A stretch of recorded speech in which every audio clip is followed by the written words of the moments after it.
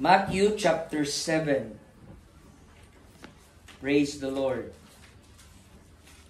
Matthew chapter 7.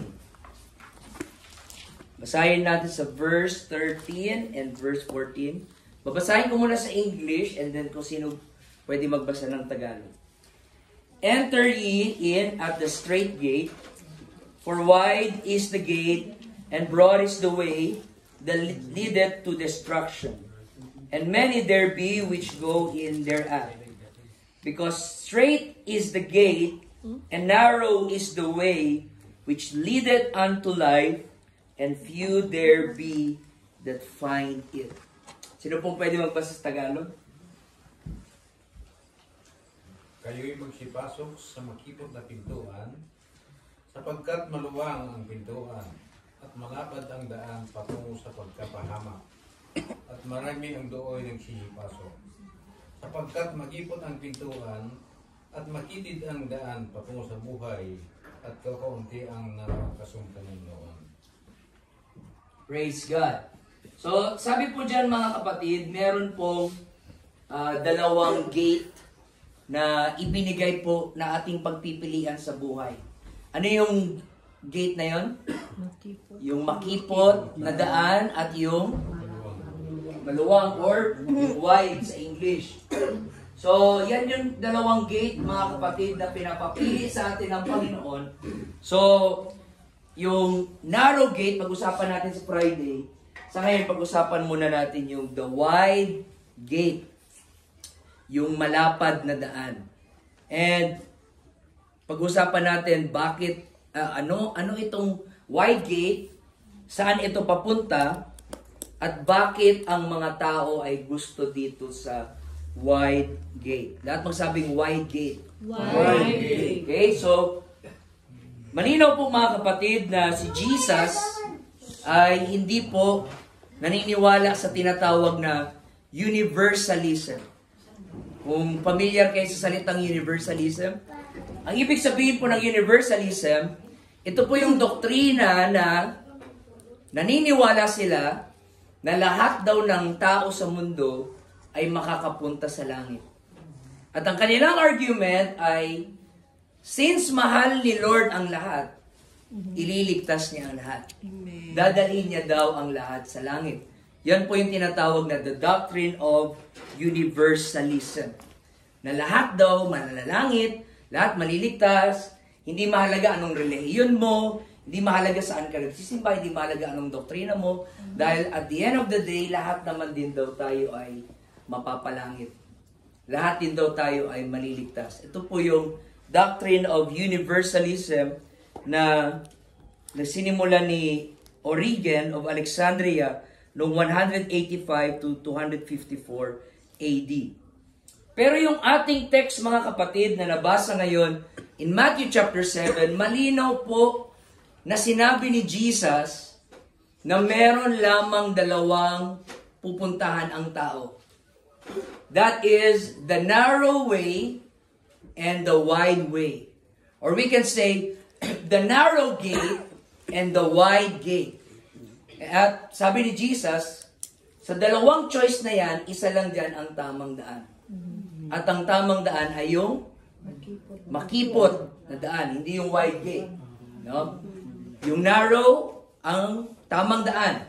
At yung wide gate, ito nakakalungkot mga kapatid, sa wide gate, maraming tao na mas pipiliin ang wide gate. So yan po yung ating pag-uusapan. Sa Matthew 7 verse 13 to 14, pinakita ng Panginoon, there are only two paths we can choose. One has few crowds, the other is many.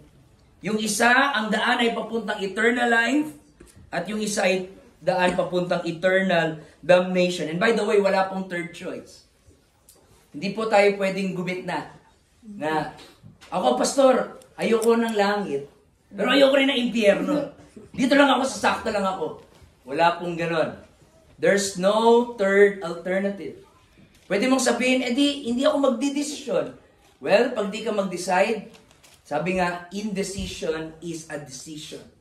yung hindi pag-decide ay desisyon. At pag hindi ka nag-desisyon, ibig sabihin, ayaw mo sa Panginoon, ibig sabihin, papunta ka pa rin sa tinatawag na the wide gate. So ano ba ang wide gate, mga kapatid? Anong ibig sabihin ni Jesus ng malapad na daan? Bigyan ko kayo ng clue. Sabi ni Jesus, unang clue, itong wide gate na ito ay crowded. Maraming tao dito. Ito ang gusto ng maraming tao. Ito ang sikat, mga kapatid. And it also describes, sa ibang translation, that this wide gate is what we call the easy way. Yung madaling daan. And no wonder why, maraming tao na nandun, mga kapatid. Kasi ang mga tao, ano ang gusto? Yung madali. Ayaw ng mahirap. Pag maging mahirap na isang bagay, ayaw na, atrasan na, mahirap na eh. Gusto natin lagi na madali, kaya mahilig tayo sa mga shortcuts, mahilig tayo mandaya, mahilig tayo sa instant. Kasi ito pong wide gate is an easy way, kaya siya crowded. But again, hindi pa rin nasagot ang tanong, what is this wide gate? Para mas maintindihan natin, atras muna tayo, basahin natin ang Jeremiah chapter 6, verse 16. Praise God. Dahil dito po, mga kapatid, pinakita ng Panginoon ang daan, and then ito ang response ng mga tao. Jeremiah 6:16. Thus saith the Lord, stand ye in the ways, and see and ask for the old paths, where is the good way, and walk therein, and ye shall find rest for your souls. So sabi ng Panginoon, ito ang daan, ito ang tamang daan, at pag kayo ay lumakad dito, makakahanap kayo ng kapahingahan sa inyong kaluluwa. Pero anong sagot nila? But they said, we will not walk therein. And then verse 17, sabi ng Panginoon, I also set a watchman over you, saying, hearken to the sound of the trumpet. But they said, we will not hearken. So ang Panginoon, nangusap na siya sa mga tao. Sabi ng Panginoon, ito ang daan. Anong sagot doon ng mga tao? Ayaw namin dyan. At sabi pa ng Panginoon, nagpadala na ako ng mensahero na para siyang trompeta na sinasabihan na kayo, winawarningan kayo. Pero anong daw sabi? Ayaw namin pakinggan yan. We will not hearken. Now, bakit ayaw nila? Basahin natin sa Jeremiah chapter 18, verse 11. Verse 12 na lang tayo. Jeremiah 18:12. And they said, there is no hope, but we will walk after our own devices. And we will, everyone, do the imagination of his evil heart. Bakit daw nila ayaw lumakad? Dahil gusto nilang sundin yung kanilang paraan. Yung kanilang sariling kagustuhan. Actually, habang nagsasalita si Brother Joseph kanina, kinonfirm niya yung ituturo ko about sa daan ng Diyos. Pinakita sa atin ng Diyos, hindi nagkulang sa atin ng Diyos. Sabi ng Diyos, ito ang daan, ito ang gawin mo, ito ang sundin mo. Pero ano daw ang response natin? Ayaw ko yan. Gusto ko ng sarili kong diskarte, sarili kong paraan, mga kapatid. And every time na ang Panginoon ay nagtuturo ng kanyang paraan at plano sa atin, laging matigas ang ulo natin. Basahin natin ang Jeremiah chapter 7, verse 23. Sinong gusto magbasa? Jeremiah 7, verse 23 to 24. Sige, pakiba. Bagay na ito ang inuutos ko sa kanila, na aking sinasabi, inyong dinggin ang aking tinig, at ako'y magiging inyong Diyos, at kayo'y magiging aking bayan, at magsilakad kayo sa lahat ng daan na inuutos ko sa inyo, sa ikakabuti ninyo. Okay, sabi ng Panginoon, sundin nyo, ito ay sa inyong ikabubuti. But, sige, verse 24. Ngunit hindi nila ikiniling man ang kanilang pakinig, kundi nagsilakad sa kanilang sariling mga payo at sa pagmamatigas ng kanilang masamang puso, at nagsiyayong paurong at hindi pasulong. Ayan. Tuwing tayo daw ay sumusunod sa ating sariling paraan at hindi sa paraan ng Diyos, ang buhay natin hindi pausog. Pasulong. No? Pasulong. Ito ay paurong. No? May pera ka man, nabibili mo man yung gusto mo, pero yung kaluluwa mo ay dahan-dahang nagiging empty, mga kapatid. So bakit? Bakit daw nila ayaw? Pero mo, sabi ng Diyos, pangako ng Diyos, may langit, may eternal life, buhay na walang hanggan, lalakad ka sa ginto, at may mga precious stones doon, and then forever tayong nasa heaven. Basta gawin mo lang to, gawin mo lang to, gawin mo lang to. Pero anong isasagot lagi ng tao? Hirap naman yan. Yawan yan. We want to do it our own way. Parang kanta ni Frank Sinatra, di ba? I did it my way. Yan ang sinasabi ng mga tao sa impyerno. Bakit sila na impyerno? Hindi dahil nagkulang ang Diyos. Hindi dahil pinabayaan sila ng Diyos. Hindi dahil walang pakialam ang Diyos sa kanila. Pero gusto nating gawin yung gusto natin. We want always to do it our own way. Basahin natin ang Psalms 81, verse 11 to 13. Psalms chapter 81, verse 11. Brother Alejandro, pwede ka magbasa? Namiss kita eh. Psalms 81, verse 11 to verse 12. Ay, sige, 13. Ngunit hindi makinig sa aking tinig ang bayan ko, at hindi ako sinunod ng Israel. Sa gayon, aking pinasunod sa pagmamatigas ng aking puso upang sila'y makalakad ng kanilang sariling mga payo. O kung ako'y didinggin ng aking bayan, kung ang Israel ay lalakad sa aking mga daan. Amen. Anong comment ng Panginoon? Ang sabi ng Panginoon, hindi sila nakikinig sa akin. Ngayon ang sabi ng Panginoon, they did not hearken to my voice, di nila ako kinikilala. And verse 12, sabi daw ng Panginoon, at hinayaan ko na lang sila gawin nila kung ano yung gusto nila and walk in their own counsels. Verse 13, oh, that my people had hearkened unto me. Sabi ng Panginoon sa bayan ng Israel, kung nakinig lang sana kayo sa akin. Kung sumunod lang sana kayo sa akin, hindi kayo mapapahamak. Praise God. Ganun lang kasimple yun, mga kapatid. Sino yung mapupunta sa langit? Yung mga taong nakinig at sumunod sa Diyos. Sino may impyerno? Yung mga taong ayaw makinig, ayaw sumunod, feeling magaling, feeling matalino, feeling mahusay, feeling niya kaya niya na kahit walang Diyos sa buhay niya. Yun ang kinababagsak ng marami, mga kapatid. So, kung ang narrow gate, ito po yung paraan ng Diyos, ibig sabihin, ano yung wide gate?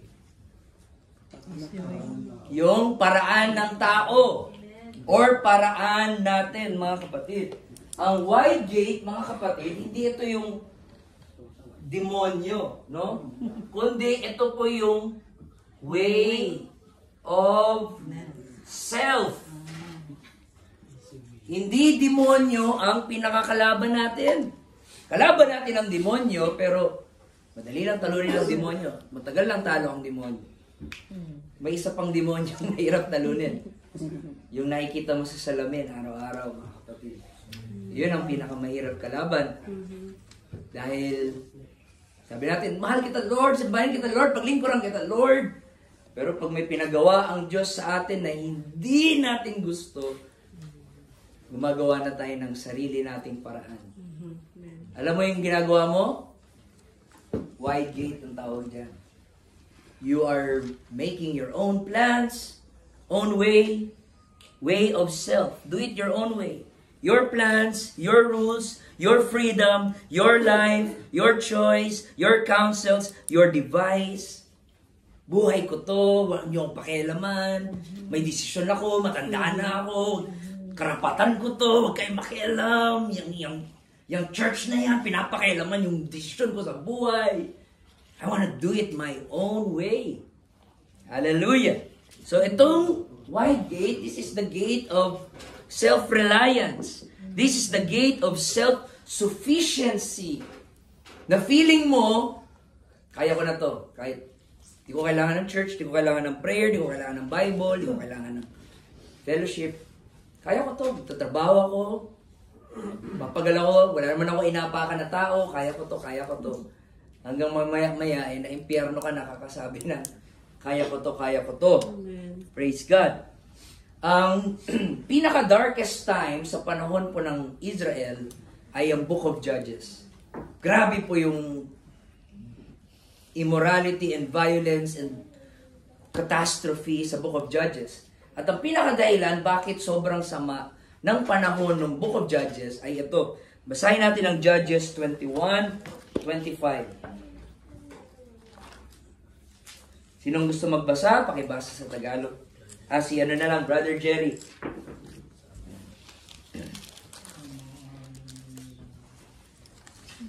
Palakasan ko. Judges 21:25. Nang mga araw na Yahweh, walang hari sa Israel. Meron pa yan, katuloy.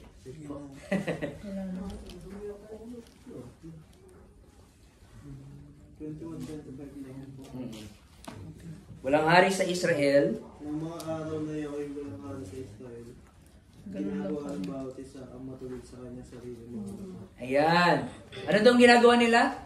Ginagawa nila kung ano yung tama sa mata nila, sa palagay nila. Ibig sabihin, walang standard kung ano ang law. Ang law is depende sa'yo. Kung yan ang tama para sa'yo, edi gawin mo. Kung mali para sa'yo, edi gawin mo. Hindi, sabi naman ng isa, hindi, para sa akin ito ang tama. Hindi, para sa akin ito ang tama. Para sa akin ito ang tama. Kaya nagkaroon po ng tinatawag na anarchy, na kanya-kanya na sila ang mga batas sa kanilang mga sarili. Parang si Hitler. Makukonvince mo ba si Hitler na masama pumatay? Para kay Hitler, ang pagpatay ay yun ang act na noble thing to do. Kaya patay siya ng patay ng mga Hudyo, ng mga Holocaust. Kasi para sa kanya, yun ang tama. Sabihin mo na naman, hindi, ito ang tama eh. Mag-aaway na kayo ngayon. Sino ba talagang tama sa atin? Parehas nilang may mga tama. Lakas tama pala. So, ang pinaka-nakakatakot na pwedeng mangyari sa buhay mo ay pag ginawa mo yung mga bagay na para sa'yo, yun ang tama. At para sa'yo, ito ang mali. You cannot be the law in yourself. Amen? Amen. Basahin natin ang Proverbs 16 verse 2. Basahin ko. All the ways of a man are clean in his own eyes. Siyempre, ano mo yan tawag doon? Kwento mo yan Para sa'yo, mukha ka talagang tama sa kwento ng buhay mo. Sa version mo, mukhang ikaw yung bida, ikaw yung inaapi. Yun pala sa version ng iba, ikaw pala yung kontrabida. Ikaw pala yung sobrang sama. Lahat naman tayo, feeling natin tayo ang main character ng mundong ito, mga kapatid. Everyone, sabi doon, all the ways of man are clean in his own eyes. But the Lord weighed the spirits. Ang Panginoon ang nakakaalam kung ano talaga ang tama. Siya ang nakakatimba. So wag na wag kang aasa sa sarili mo. Hindi, para sa akin ito ang tama Basahin natin ang Jeremiah chapter 10 verse 23. Tingnan niyo yung prayer ni Prophet Jeremiah. Sabi niya, "Oh Lord, I know that the way of man is not in himself. It is not in the man that walketh to direct his steps." Si Prophet Jeremiah, he recognized his inability to live a life apart from God's leading. Sabi ni Jeremiah, Panginoon, alam ko na ang tao ay walang kakayahan sa kanyang sarili. Hindi niya alam kung anong tama, hindi niya alam kung anong mali, hindi niya alam anong kabubuti, hindi niya alam kung anong future. Man by itself ay walang kakayahan sa kanyang sarili. Kaya, yung mga tao na doing their own way, alam niyo tawag sa Bible? Sorry po pero Bible lang, walang personalan. Sabi sa Bible, they are fools. F-O-O-L. Mga mangmang. Basahin natin ang Proverbs 12:15. Pakibasa po, Pastora. Proverbs 12:15. Pwede sa Tagalog. 12:15.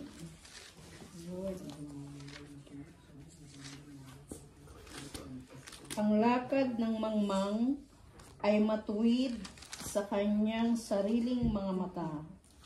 Ngunit siyang pantas ay nakikinig sa payo. Ayan. Yung lakad daw ng mga mangmang ay ano sa kanya? Parang tama sa kanyang mata. Ang galing ko, ang husay ko, astig ko, ako talaga pinaka-ano. Yun pala, para sa'yo lang. Ganon ka kamangmang, na akala mo, pantas ka. Yun yung nakakahiya pag mangmang ka Pag mangmang ka, akala mo, ikaw yung pinaka-pantas. Yun pala, ikaw yung pinaka-mangmang. Yung mga kaibigan mong mangmang din, hanga-hanga din sa'yo. Idol, idol, idol. O, nagsama-sama kayong mga mangmang, mga kapatid. Pero ang mga pantas, ano daw yung mga pantas? Nakikinig sa mga payo. Nagpapaturo. Humihingi ng tulong. Nagpapa-advise. Pero yung mga pala desisyon, ayun na, papahamak tuloy. Yung nagrurunong-runungan, ba, naggagaling-galingan, disaster yung buhay Pero pag lunukin mo pride mo, sabihin, di ako marunong nito, pwede turuan mo ako. Papabuti ang iyong buhay. Ganon din sa paglapit sa Diyos. Di ka pwedeng lumapit sa Diyos. Alam ko na to, marami na alam dito. Bata pa ako, naririnig ko na to Alam ko na to, alam ko na to. Kakasabi mong alam, kala mo pantas ka, yun pala, mangmang ka. Praise God. Sabi nga nila, ang mga pantas, alam nilang mangmang sila. Ang mga mangmang, akala nila pantas sila. So nakakahiya mga kapatid, na buong buhay mo, akala mo pantas ka, yun pala ikaw ay mangmang. So sabi ng Bible, ang mga mangmang, yung mga akala nilang lagi silang tama. Mga kapatid, no, walang, straight to the point tayo, hindi po tayo palaging tama. Amen? Maging humble tayo minsan. Amen? Mr. Princess, no? Nagkakamali tayong lahat. Pero yung mga asawa natin, laging tama yan. Hindi tayo mananalo dyan. Hindi tayo mananalo. Copy that. Panginoon na bahalad. Alright, Proverbs 26:12. Ibang aawayin ako mamaya. Proverbs 26:12. Sino po kay basa? Brother Kenneth? Nakikita mo ba ang taong pantas sa ganang kanyang sarili? Mahigit na pag-asa sa mangmang kaysa sa kanya. O, di ba? Mas mangmang pa pala sa mangmang yung pantas para sa sarili, sa akala niya. Kasi itong mga mangmang, kahit papano, aminado pa na mangmang ako kailangan ko lang tulungan niyo naman ako. Pero yung mga akala nila pantas sila, mas lower pa sila sa mangmang. Ganon po yung sabi ng Bible. Praise God. So, wag na wag po tayo magre-rely sa self. Kahit magaling ka, talented ka, matalino ka, mahusay ka, limitado ka lang. Hindi mo alam ang lahat ng bagay. You need help. You need help. Praise God. So, tingnan niyo yung warning ni Isaiah sa Isaiah 5:21. Isaiah chapter 5 verse 21. Tingnan niyo anong ginagawa ng mga mangmang na to. Start tayo sa verse 20. Pakibasa po Ninang Annalise. Isaiah 5:20 to 21. 5:20 to 21. 20 to 21. Praise the Lord. Sa aba nila na nagsisitawag ng mabuti ay masama. at ang masama ay mabuti, na inaaring dilim ang liwanag, at liwanag ang dilim, na inaaring mapait ang matamis, at matamis ang mapait. Sa aba nila napantas sa kanilang sariling mga mata, at mabait sa kanilang sariling paningin. Ayan. Kita niyo yung ginagawa ng mga mangmang? Yung masama, ginagawang mabuti. Yung mabuti, ginagawang masama. Yung dilim, ginagawang liwanag. Yung liwanag, ginagawang dilim. Yung matamis, tinatawag na mapait. Yung mapait, tinatawag nila matamis. Ano ibig sabihin yan? Tinitwist po nila ang mga prinsipyo na itinayo ng Panginoon. Amen. Ngayon, nasa panahon tayo na pag gumawa ka ng mabuti, ikaw pa yung masama. Yes, amen. At pag gumawa ka ng masama, ikaw pa ang hahangaan ng marami. Right. They called the good evil and they called the evil good. Dati, sorry po bading ka o kaya tomboy ka, noon talagang kahihiyan pa yan noon, tatago ka, nahiya ka talaga dyan. Pero ngayon, di mo na sila pwedeng kutsain ngayon. Babanatan ka ng buong mundo pag inaway mo yung community nila, mga kapatid. So, we are in a very different time, and kahit magaling pa sila mag-English, kahit may eloquence pa sila, may vocabulary, may mga logic na ganyan, basta't mali sila sa Bible, mangmang sila. It doesn't matter paano nila sinabi, it doesn't matter kung may mga malalalim pa na grammar or mga vocabulary, paano nila articulate. Kung mali ka, mangmang ka sa harapan ng Panginoon. Praise God. Kaya yun ang sabi ng Bible, pag pumunta ka sa White Gate, babalik-balik ta rin mo na lahat. Yung sabi ng Diyos, kasalanan, i-justify mo. Di, okay lang naman yan. Yes. I-justify mo na okay yun. Paglalaban mo na, kasi nagagaling-galingan ka na sa iyong sarili. The way of self. And in Romans 1:22, the Bible says, they profess to be wise, but they are fools. Kala nila magaling sila, kala nila matalino sila, kala nila mahusay sila, but they are fools. Sino tong mga to? Ito yung mga wide gate groups. Inisip natin, yung mga nasa wide gate, yung mga drug addict lang, yung mga sugaron lang, o yung mga manginginom lang. No. Lahat ng tao na iniisip nila mas magaling sila sa Diyos, kasama sila dito sa wide gate. Kahit taga-church ka pa, kung iniisip mo na mas mahusay ka pa at mas magaling ka sa Panginoon, you belong to that wide gate. So tayo lahat, mga kapatid, nung tayo pa ay hindi pa nakakilala sa Panginoon, tayo lahat ay nasa wide gate. Noon, yung buhay natin, nung hindi pa tayo nakakilala sa Diyos, happy-happy lang, di ba? Chill-chill, inom-inom, chicks-chicks dyan, gilid-gilid, mga kapatid. Ang saya-saya ng buhay natin noon, pero yun pala, nung nakilala natin yung liwanag ng salita ng Diyos, nakita natin gaano tayo kamangmang. Amen. Kaya Isaiah 53 verse 6, you can turn it, mga kapatid. Sabi diyan, all we are like sheep that has gone astray. Tayong lahat noon ay mga tupang ligaw. Bakit ligaw? Kasi hindi mo alam ano yung tama, ano yung mali. Akala mo noon, maging mabait ka lang, heaven ka na.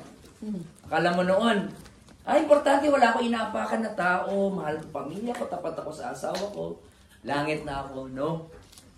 Nung narinig mo ang salita ng Diyos, naliwanagan ka, na lahat pala tayo mula ulo hanggang paa, ay punong-puno ng kasalanan, mga kapatid. And we are all like sheep, we have gone astray. And by the way, familiar ba kayo sa salitang backslider?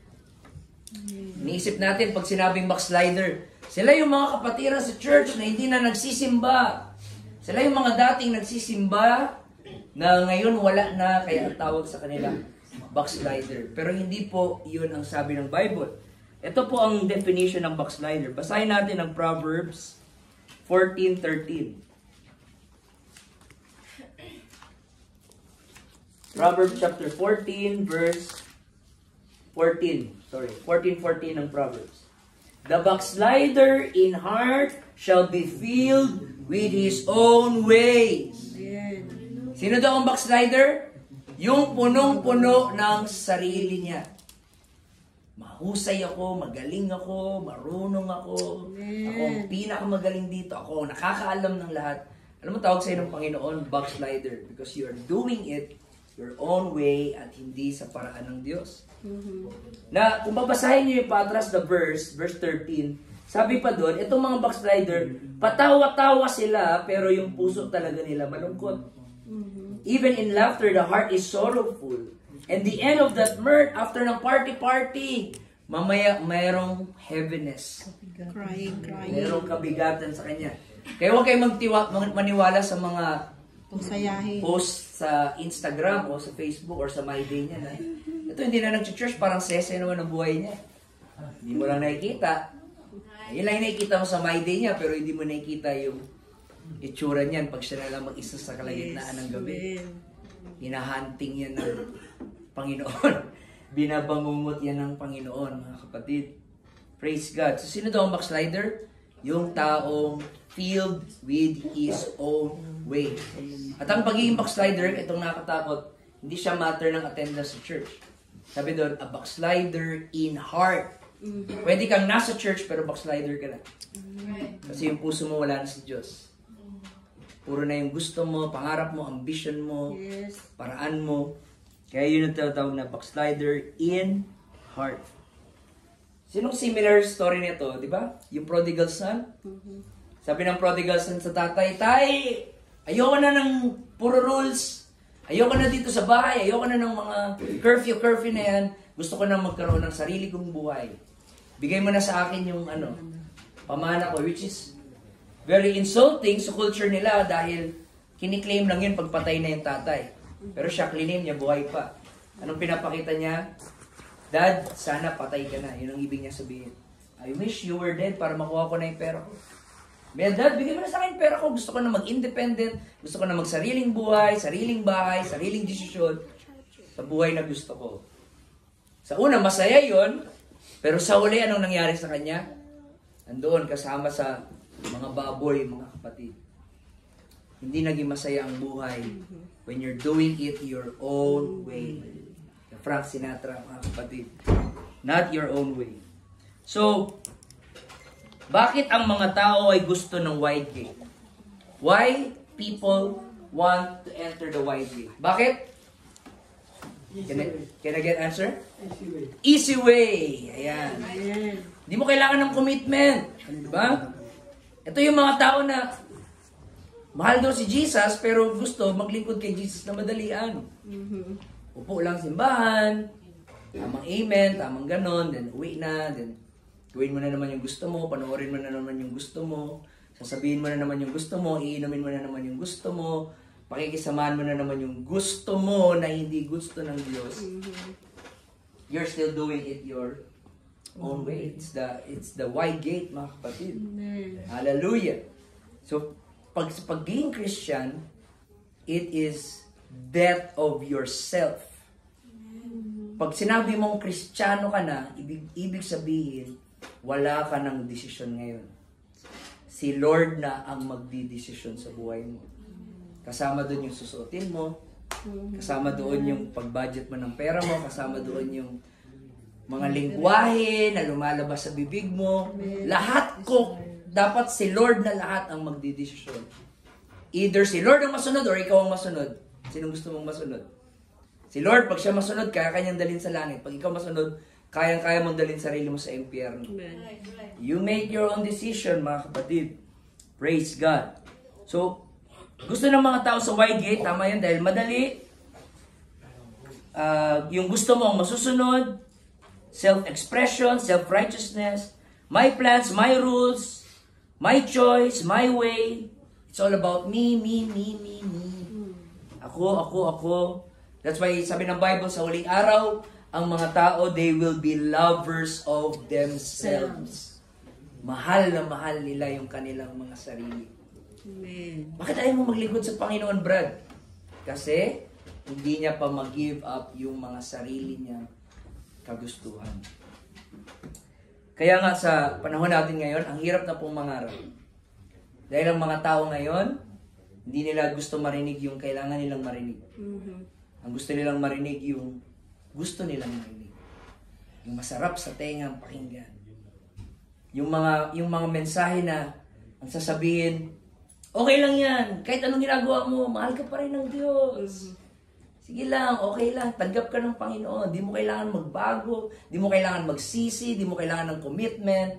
Importante, andyan si Jesus sa puso mo. Diba? Di yung mga karnal na mga tao, gustong-gusto, nare-relax lang ako.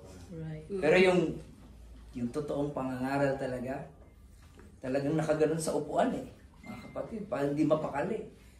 Minsan nakaganon na sa pastor, parang loko tong pastor na to. Parang alam niya yung buhay ko, pinapakailaman ako. Pero yun ang totoo mga kapatid. Ang paglilingkod sa Panginoon, hindi po to biro-biro. Hindi po ito paglalaro. Ito po ay commitment. You have to surrender the way of self. Yung sarili mong daan. Basahin natin ang 2 Timothy chapter 4, verse 3 to 4. Praise God. Sabi dito mga kapatid, sige kayo na magbasa sa Tagalog. Chapter 4, verse 3. 4:3. Sapagkat darating ang panahon na hindi nila titiisin ang magaling na aral. Ayan, ayaw nila ng sound doctrine, ayaw nila ng biblical preaching. Ano daw ang gusto nila? Kundi pagkakaroon nila ng katinang tainga ay magsisipagbuntun sila sa kanilang sarili ng mga gurong ayon sa kanilang sariling mga masasamang pita. Ayan. So ano yung mga masasamang pita ng tao? Kasakiman, material. Diba? Lahat naman tayo dito gustong yumaman, pero may iba na sakim talaga. Amen. Yung tipong tululaway mga kapatid para yumaman. So, pag ikaw ay sakim, mahilig ka sa material na bagay, tas yung pagdalo mo ng simbahan, yung narinig mong pangangaral ay yung pangangaral na 1 month from now, magkaka1 milyon ka. Di na suportahan yung pagiging sakim mo. Kasi ito gusto kong simbahan. Magiging milyonaryo tayo in Jesus' name. Magkakalimusin ka. Ganyan. Brother Marvin, bigyan mo ng jacket yan. Brother Marvin, praise God. Mga millionaires for Jesus. Salamat, Will. Ayan yung mga gusto nila. Yan, gusto ng tenga nila yan. Pero pag mangaral ka na, magsisi kayo sa inyong kasalanan, talikuran nyo yung mga pinaggagawa nyong kalokohan dahil gagagalit na ang Diyos sa ating mga ginagawa. Sunod na linggo, di na yung magsimba, mga kapatid. Pero kahit gusto nila o ayaw nila, we have to preach the word. Amen. We have to tell them the truth. Yes, amen. We're not gonna sabotage the word of God Amen. para lang maraming tao. Mas mabuti pa yung konti lang pero tunay Amen. kaysa madaming tao pero peke. Kaya madalas yung mga pekeng simbahan, yung maraming tao. Amen. Bakit? Madali dun eh. Puka lang naman dun. Di ka naman sisitayin sa suot mo. Di ka naman sisitayin sa mga forma mo. Di ka naman sisitayin sa kaninong relasyon ka na involved. Meron pa tayong pastor sa US na mega church na 40,000 ang membro dahil willing siya magkasal ng mga membro niya na homosexuals. Ng same-sex marriage. And sinasabi niya, mahal naman ng tao lahat eh. Lahat deserve maging happy. Yun po yung kanyang sinasabi. So kahit mga pastors ay natitempt na magpunit-punitin yung mga iilang pahina ng Bible para sa pera. Siyempre, nagtatites yan, nag-offering yan. Sayang naman pag mawala yan. Pero this church, it will not happen. Right? Amen. Galit na kayo ng magalit, hindi natin i-water down ang salita ng Panginoon para sa ating mga sariling paraan at kagustuhan. Praise God. Okay pa ba kayo dyan, mga kapatid? Amen. Amen. Grabe yung welcome back ko. Praise God. So yung wide gate is the way of self, Madali, comfortable, popular, pero ang problema ay ito. Totoo naman, madali siya eh. Totoo naman, comfortable siya. Pero anong problema? Saan kanyang dadalhin? Amen. Saan yung destination yan? Basahin natin ang Proverbs 14:12. Hindi po pwede magbasa. Proverbs 14:12. Pakibasa sa Tagalog. Basa ka ba? Sige, si Sister. 14:12. To sis, mabait to eh. Munti ka na mag-bless sa akin eh. Bait-bait eh. May daan. Daanan na matuwid sa isang tao. Mhm. Ang dulo niyaon ay mga daan. Ayan. May daan na mukha daw matuwid. Pero ang dulo pala ay kamatayan.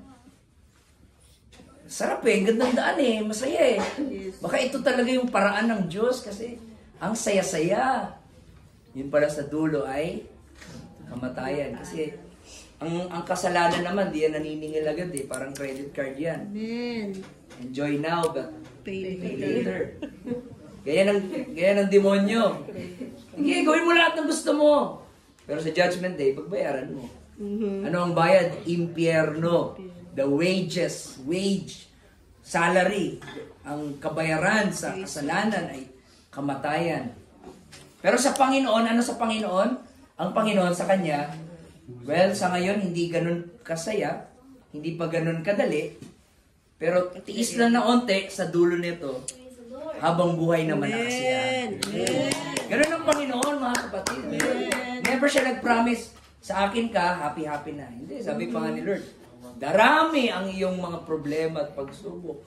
Pero, yung dulo, so mamili ka, suffer, enjoy now, suffer forever, or suffer now, but enjoy forever. Amen. You make a decision, mga kapatid. Ako, mas gusto kong suffer now, pero enjoy forever. Praise God. So, tingnan nyo ano nangyari. Maghiram ako ng Tagalog na Bible. Ito, Pastor. Buksan niyo yung Bibles niyo sa Romans chapter 1. Ito medyo nakakilabot na to, mga kapatid, ng mga talata. Ito po ang mangyayari pag ang kagustuhan ng tao ang nasunod. Basahin natin ang Romans chapter 1, verse 22. Ayan. Ang mga nagmamarunong ay naging mga mangmang. So, tingnan nyo anong ginawa nila. Pinalitan nila ang kaluwalhatian ng Diyos na hindi nasisira, saan? Katulad ng larawan ng tao na nasisira. Larawan ng ibon, larawan ng mga hayop na may 4 na paa at ng mga nagsisigapang. Makikita natin yan sa Pilipinas, makikita natin yan sa India, makikita natin yan sa China, makikita natin yan sa New Zealand. Ang sinasamba ay mga hayop. Minsan, ang sinasamba ay tao. Sa New Zealand nga, parang mas mahal pa yung hayop kaysa tao. No, ang daming rights ng hayop. Ang daming, mas marami pang rights kaysa sa tao. Maging hayop na lang kaya tayo. No? Dahil mahal naman ang mga hayop dito. Pero ito, ibang level to. Sinasamba yung mga hayop. Bakit? Kasi ito na yung result na ang gusto nila yung nasusunod. Ano pang ginawa? Dahil dito, sa karumihan ng mga pita ng kanilang mga puso, ay ibinigay sila ng Diyos sa kahalayan upang alisin nila ng puri ang kanilang mga katawan sa kanilang sarili. Ano nang ginawa? Sapagkat pinalitan nila ang katotohanan ng Diyos ng kasinungalingan at sila'y nagsisamba at naglingkod sa nilalang kaysa lumalang. Mas sinamba nila yung nilikha kaysa lumikha. Bigay na tayo ng halimbawa. Mas sinamba pa si Maria na nilikha lang na hindi naman siya ang lumikha. Amen. Mas sinamba pa si Toto Kibuloy kaysa sa lumikha. Ganun na nangyari ngayon sa mundo. Sinasamba ang mga nilikha kaysa lumikha. Verse 26, dahil dito'y ibinigay sila ng Diyos sa mga mahalay na pita sapagkat pinalitan ng kanilang mga babae ang katutubong kagamitan niyaong nalalaban sa katutubo. At gayon din naman ang mga lalaki na nang iwan na ang katutubong kagamitan sa mga babae ay nagnininga sa kanilang karumihan sa pita ang isa't isa ang nagumagawa sa kahalayan. Tingnan niyo to sa Bible, ang mga lalaki sa kapwa lalaki ay tumatanggap sa kanilang sarili ng kagantihan ng kanilang pagkakamali. Ano yan? Ano ibig sabihin ng homosexuality? Ibig sabihin ng homosexuality, ito ay isinuko na sila ng Diyos sa kanilang mga sariling nais. Parang kailan lang may balita sa Facebook na Guinness Book of Record na isang babae na nakipag-sex siya for 12 hours sa 1,300 na lalaki sa Australia. At pinalakpakan pa siya. At sinelebrate pa siya. Woo, woo, woo. Yan ang mundo natin ngayon.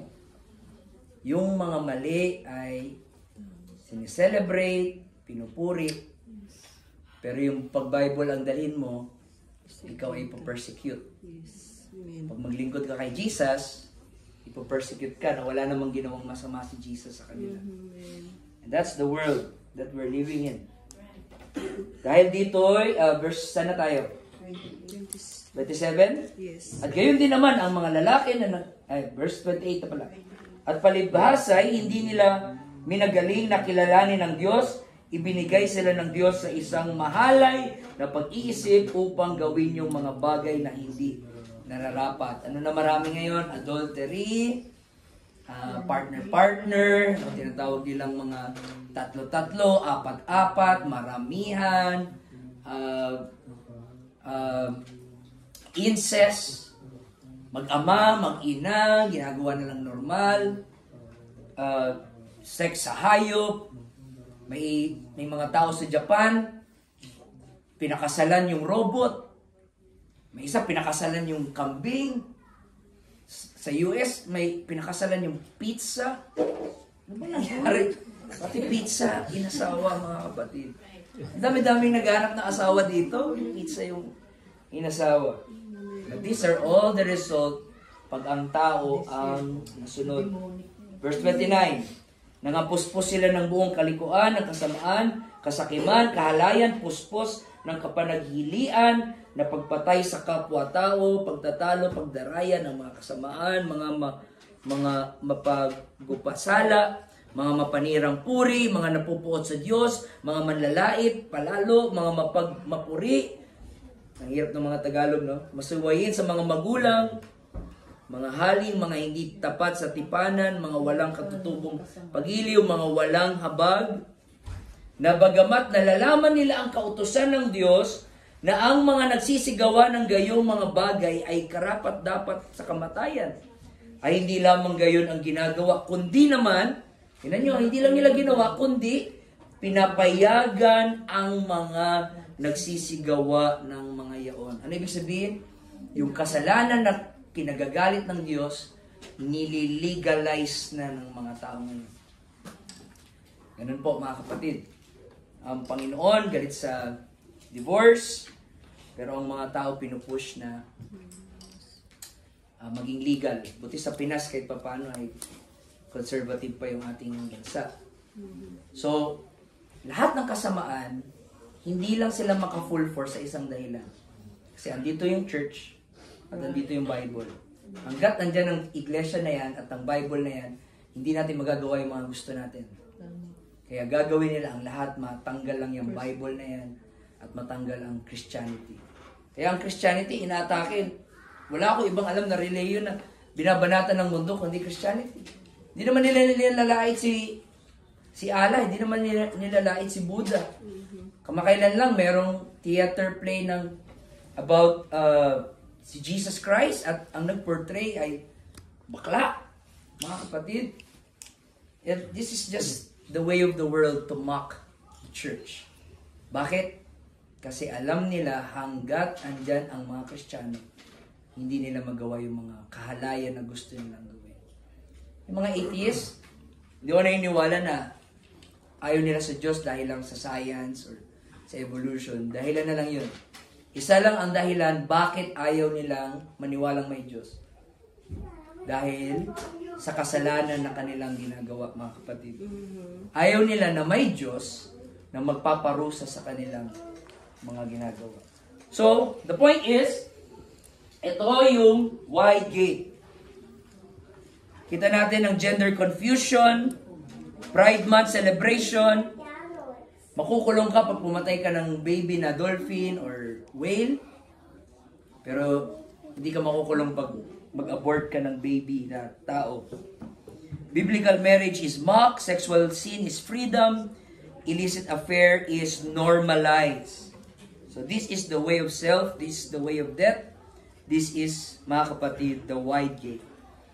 So next Friday, pag-usapan natin yung narrow gate. Last word lang, bago tayo matapos. So probably may nagtatanong sa inyo, Pastor, paano ko maiiwasan yung wide gate na yan? Ayokong makabilang dyan. Ayokong masali dyan. Paano ko maiiwasan? Alam niyo paano? Number 1, never trust yourself. Wag na wag kang magtitiwala sa sarili mo. Never trust yourself. Don't trust your feelings. Don't trust your desires. Don't trust your instinct. Huwag kang salita ng salita na sa palagay ko. Ang tanungin mo, ano ba ang sabi ng Bible? Ano ba ang sabi ng Diyos? Hindi na kailangan i-open sa Bible, pero babasahin ko. Proverbs 3:7, sabi doon, be not wise in thine own eyes. Fear the Lord and depart from evil. Huwag kang maging magaling sa sarili mo. Jeremiah 17:5, cursed be the man that trusted in man. Sumpain ang tao na nagtitiwala sa tao. Romans 11:25, do not be wise in your own estimation. Huwag kang magtiwala sa sarili mong husay. Romans 12:16, do not be wise in your own mind. And 2 Corinthians 1:9, do not trust yourself. Ayaw mo masali sa wide gate? Huwag kang magtiwala sa instinct mo. Huwag kang magtiwala sa sinasabi ng laman mo na, okay lang naman yan kahit di nagsisimba o di naman yan ang sukatan. Okay lang naman kahit di ako magpabaptize, di maglingkod sa Panginoon. Alam ko naman sarili ko at kilala ko ng Diyos. Don't trust yourself. Be humble, be broken, and be willing. 2 Corinthians 3:5, our sufficiency is of God.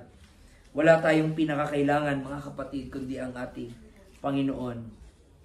Ang wide gate ay puno ng mga atheists, moralists, ritualists, religious fanatics. Bakit may atheist doon? Kasi ang atheist, nagtitiwala sa sarili niyang science and reasoning and logic.